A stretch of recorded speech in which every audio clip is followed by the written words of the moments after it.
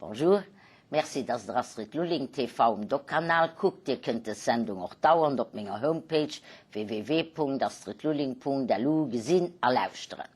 An der Plenarsession vom Europäischen Parlament zu Straßburg vom 4. bis 7. April stungen nes ein ganz Ritsch von Rapporten ob der Tagesordnung von den Immigrationsproblemen zu Malta und Italien, über den Kampf gegen Gewalt für Frauen an Europa bis hin zu dem Pakt Euro Plus, über den ich auch schon gleich vorher berichtet habe. Heute will ich aber ein Sujet abordieren, den an nie so aktuell war, an den uns alle gut betrifft, da das die Zukunft von der Atomkraftenergie an Europa an hier Sicherheitsstandarden nur der historische Katastrophe in Japan als das ganz wichtig für euch über das Thema zu informieren. Begrüße ich heute ganz herzlich bei mir am Studio mein deutscher Kollege Herbert Reul, als der Präsident vom Ausschuss für Industrie,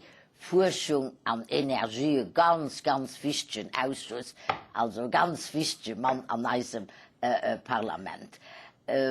Herbert, guten Tag und vielen Dank, dass du bereit warst, mit uns unsere Zuschauer zu informieren über die Kernenergiesicherheit in Europa nach dem atomaren Unfall in Japan. Nach der japanischen Katastrophe stellt sich ja jetzt die Frage nach den Stresstests für die bestehenden Atomkraftwerke sowie die Kriterien für diesen Test. Und weil wir ja in Europa die höchsten Sicherheitsstandards für diese Anlagen haben wollen, kann man Japan mit Europa auf dieser Ebene vergleichen? Ja, natürlich kann man es nicht vergleichen, weil Japan ist von der Geografie eine ganz besondere Lage, Erdbebengebiet, Tsunami, das haben wir alles bei uns nicht. Das stimmt. Und trotzdem haben wir ja zu Recht dieses Thema ernst genommen. Denn wenn ein Atomkraftwerk mit solchen Problemen einen Unfall hat, eine Katastrophe passiert, dann muss man das ernst nehmen. Dann muss man sich darum kümmern, selbst wenn man erstens noch nicht ganz genau weiß, was ist da eigentlich passiert. Man weiß auch nicht ganz genau, was waren die Ursachen, waren das technische Mängel, menschliche Mängel, waren das Bedienungsfehler, war das nur die Katastrophe. Egal, wir müssen uns darum kümmern, weil ich denke, man kann Atomkraft nur dann betreiben, wenn man den Menschen auch sagen kann, da gibt es ein Höchstmaß an Sicherheit. Ja, ein Risiko null gibt es nirgends. Das ist richtig. Auch nicht in den Kohlebergwerken gibt es auch kein Risiko. Aber wir nehmen die Risiken ernst und das ist schon gut. Ich wollte dich dann noch fragen, die ganze Debatte um den Ausstieg aus der Atomenergie zurzeit, ist die denn überhaupt noch sachlich zu führen? In Deutschland habe ich da meine Zweifel. Aber was kann man tun, damit diese Debatte sachlicher geführt wird? Ich glaube, da kann jeder einen kleinen Beitrag leisten, indem man da nicht nur darüber redet mit Angst und mit Schrecken und mit Szenarien, die einem von morgens bis abends Angst und Sorgen machen, sondern indem man sich die Fakten anguckt und versucht, möglichst sachlich darüber zu reden. Es ist schwer bei so einem Problem, das gebe ich zu, aber es geht. Und übrigens, man würde ja auch nie, das weißt du auch, man würde nie ein Problem lösen, wenn man das nicht sachlich macht. Wenn man nicht guckt, was war eigentlich der Grund, was ist passiert, was kann man dagegen tun, sind die Sicherheitsbestimmungen genau wie bei uns oder wo sind Mängel. Ja. Das war ja der Grund, warum dann der Kommissar Oettinger gesagt hat und auch wir im Parlament uns damit beschäftigen, wie sieht denn die Sicherheitslage in europäischen Kraftwerken auf? Das die ist nämlich ja auch da sehr verschieden. Dass wir das tun. Aber denkst du, dass Europa es sich leisten kann, auf die Energiequelle zu verzichten? Glaubst du, dass die Kernenergie zurzeit unverzichtbar ist, um die emissionsarme Energieversorgung in Europa sicherzustellen? Das hängt ja zusammen. Ja, ich glaube das nicht. Also wenn man wirklich ehrlich darüber redet in aller Ruhe, dann muss man sagen, wir können nicht alles haben. Wir wollen eine Energie haben, die nicht zu teuer ist. Wir wollen eine haben, dass wir nicht abhängig werden vom russischen Gas. Wir wissen, dass Kohle irgendwann zu Ende geht. Wir wollen keine Energie, die zu schmutzig ist für die Umwelt und für die Klima. Ja, dann kann man nicht sagen, wir schalten jetzt morgen Kernkraftwerk ab. Das geht einfach überhaupt nicht. Ganz praktisch geht das nicht. Und deswegen glaube ich, ist es auch klug zu sagen, na gucken wir uns doch jetzt erstmal an, was war der Grund für das Problem. Zweitens, wie ist der Zustand unserer Kernkraftwerke in Europa? Sind die überall gleich in den Sicherheiten? Ich befürchte, nein, die werden sehr verschieden sein. Aber dann wäre das schon eine ganz tolle Aufgabe zu sagen, guck mal Leute, das ist doch eigentlich eine Begründung dafür, dass wir Europäer uns darum kümmern müssen, dass das nicht jedes Land anders macht, weil ist doch wurscht, ob du auf der einen Seite von der Grenze wohnst oder auf der anderen Seite von der Grenze wohnst. Bei einem Problem in einem Kernkraftwerk haben alle das gleiche Problem. Also es müssen Standards her und die müssen vergleichbar sein und sie bestmöglich müssen sie sein. Also ich bin sehr dafür. Weißt du, ich wohne auch auf 20 Kilometer Luftlinie von Cattenom, wo die Sicherheitsbestimmungen nicht so gut waren, als wenn wir in Luxemburg unser eigenes kleines Kernkraftwerk gebaut hätten in den 70er Jahren. Dann stünde Cattenom nicht da, dann könnten wir abschalten. Aber die Franzosen zu sagen, die sollen abschalten, das geht nicht. Aber Herbert, du hast ja, wir haben uns bemüht, im Europäischen Parlament diese Woche eine Resolution zu dieser Lage zustande zu bringen. Du warst damit beteiligt.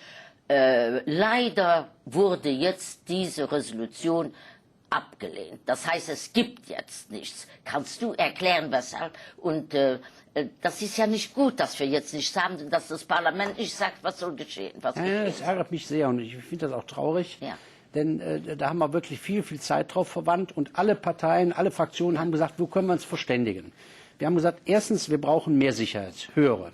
Zweitens, wir brauchen eine Überprüfung der Kraftwerke, die wir haben. Und drittens, brauchen wir dann auch europaweite Regeln. Es ist ja eigentlich eine Riesenchance, eine solche Katastrophe im Grunde zu sagen, jetzt kommen wir zu europäischen Regelungen. Nicht jeder macht seine Geschichte, sondern wir machen gemeinsame.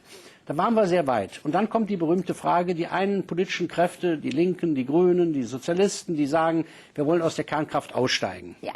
Und machen das dann zu einer so wichtigen Frage, dass sie daran am Ende die ganze Zustimmung scheitern lassen. Das verstehe ich nicht. Was nützt das den Leuten, diese Glaubenskriege, bist du für oder bist du gegen Kernkraft? Jetzt muss man sich darum bemühen, die Sicherheitsstandards zu erhöhen und im Grunde dafür zu sorgen, dass die nicht nur in Deutschland oder nur in Frankreich oder nur in Spanien höher werden, sondern überall in Europa, eigentlich sogar über Europa hinaus.